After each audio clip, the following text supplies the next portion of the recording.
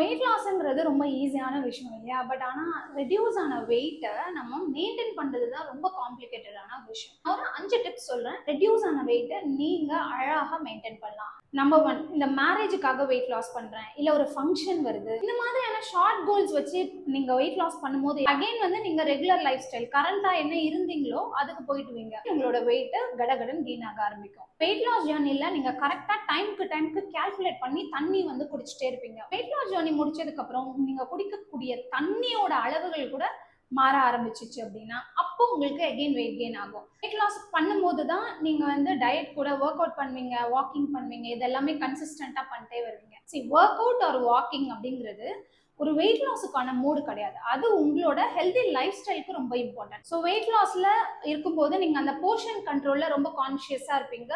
அளந்து அளந்து எல்லாத்தையுமே பேலன்ஸ்டா வச்சு சாப்பிடுவீங்க. ஒன்ஸ் வெயிட் லாஸ் முடிஞ்சதுக்கு அப்புறமா கேலரி டெபிசிட் இல்லாம கேலரி சர்ப்ளஸ்ல வந்துருவீங்க. ஓவராலா எல்லாத்தோட போர்ஷனையும் நீங்க கண்ட்ரோல் பண்ணாம பயங்கரமா சாப்பிட ஆரம்பிப்பீங்க. மந்த்லி அட்லீஸ்ட் ட்வைஸ் நீங்க உங்களோட வெயிட் வந்து ஆஃப்டர் வெயிட் லாஸ் பாத்தீங்கன்னா தான் உங்களோட ப்ராக்ரஸிங் தப்பா போயிட்டு இருக்கு அப்படிங்கறத நீங்க ஐடென்டிஃபை பண்ணி அதை ரெக்டிஃபை பண்ண முடியும். 5 டிப்பை வந்து கரெக்டா ஃபாலோ பண்ணிட்டு வாங்க. நீங்க ரெடியூஸ் பண்ண வெயிட்டை ஈஸியாவே அழகா மெயின்டைன் பண்ணிக்கலாம்.